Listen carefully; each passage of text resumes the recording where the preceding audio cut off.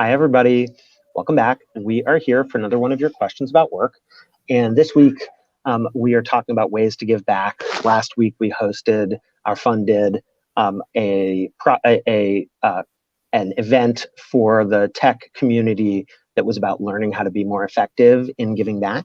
And for those of you who are here with us for the first time, I'm Roy, startup investor in the future work at Bloomberg Beta, and Malia from Bloomberg Philanthropies, who has been on before, was our partner in hosting this event. And so Malia's role includes both managing Bloomberg's philanthropic relationships with many organizations that Bloomberg supports, and also activating Bloomberg employees who may want to spend their time and effort giving back to the community. And so the question that I've got is one that many people who lead teams in particular have, and those who lead organizations, which is, if I want to give back in the local community with mine and my team's time in the context of our work, how do I do that? And thank you, Malia.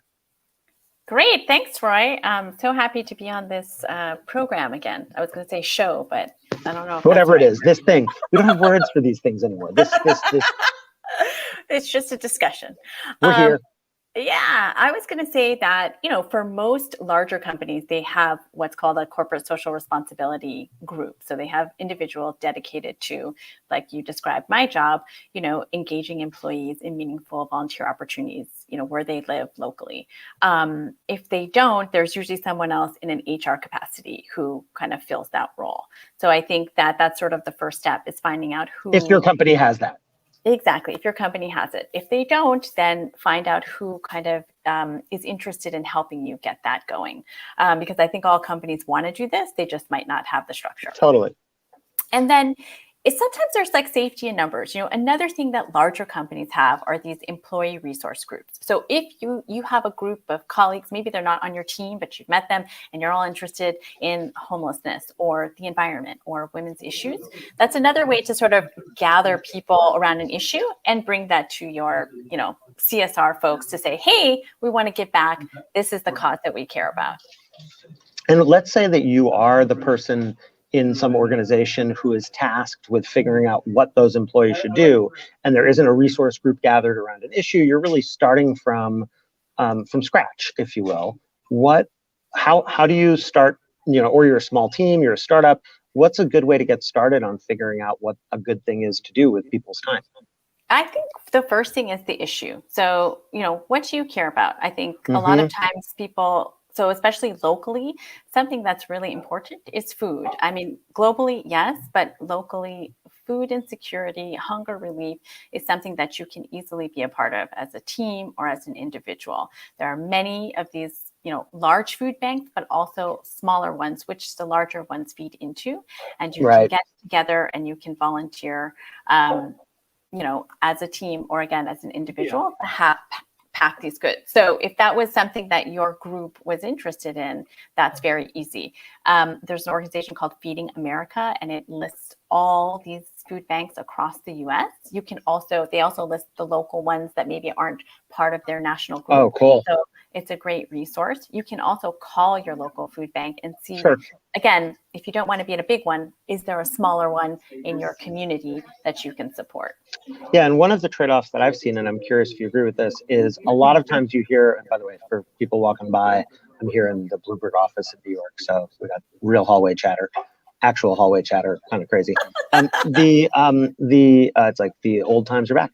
One of the things I perceive is a trade-off between many teams say, like, I want to do something that is unique to my team's talents. Like, I have a team of software engineers, and so we want to do something where we can put our talents to work.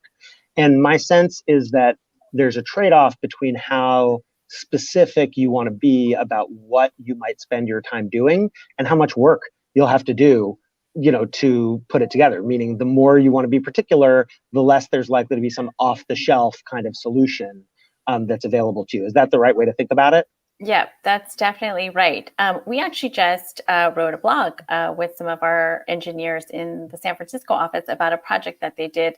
They volunteered their time to help build a dashboard with data from the city of Chicago.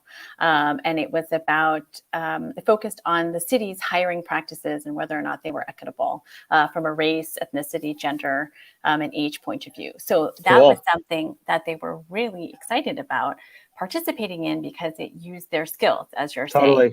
But it was a 6-month project. There was a team of 6, and they kind of rotated responsibilities. But every week, they needed to be on top of it. So it wasn't. Love that. Yeah. So it was very meaningful for them from both the expertise that they could bring to it, but also the content. And then they felt great about giving that kind of time to it.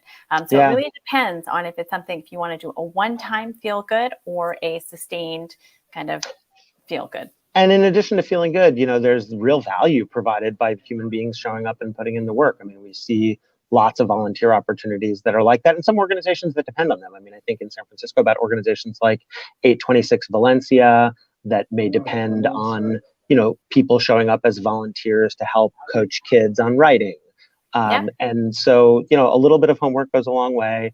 And I do think that the nature of the experience matters a lot for people. And, the only other last thing I'd say is oftentimes there's uneven enthusiasm within a group. Like somebody's really into it, but other people not so much. And my general practice is for something that is not required to get the work done of the organization, you're best relying on the people who are enthusiastic versus, shoehorning everybody in to come. And, for us at Beta, because you've participated, we've done these things where we go to a public school and coach kids on entrepreneurship, or go to a prison and coach incarcerated individuals on entrepreneurship. And that's relevant to what we do, but we also don't force anybody. I mean, maybe sometimes I force like some of the people directly on my team, but we don't force anybody else. No, but also for your event that you did last year was around the holidays. We'd had holiday cards, so for people who kind of maybe don't want to do the coaching or mentoring and just want to do something nice for someone kind of anonymously, there are those opportunities as well. Amen. Yeah. And I'll say one last thing, drives for stuff that can be used and recycled. That's also really valuable to people. Super valuable. Like clothes that you might not be wearing. Food, toys anymore. At the holidays, that kind of stuff. There's Dress for Success. If you travel, well, you haven't traveled in 2 years, but when you get back to traveling, I'm traveling. Work, that's my New York view collecting, right there. Yeah, all of the toiletries that can be given to shelters for people. So I didn't even know that. Oh, that's a cool idea. There's value, kind of everywhere you look. My mother's hoarding can be turned constructive. Let's not talk about that. I hope my brother's not watching. Modi, if you're watching, I'm sorry. All right. Well, I think that's plenty of not advice for today. And Malia, thank you for helping us kick off Giving Back and Giving Back Week, and to be continued. Terrific. Thank you. Thanks, Malia. Bye. Okay. Bye.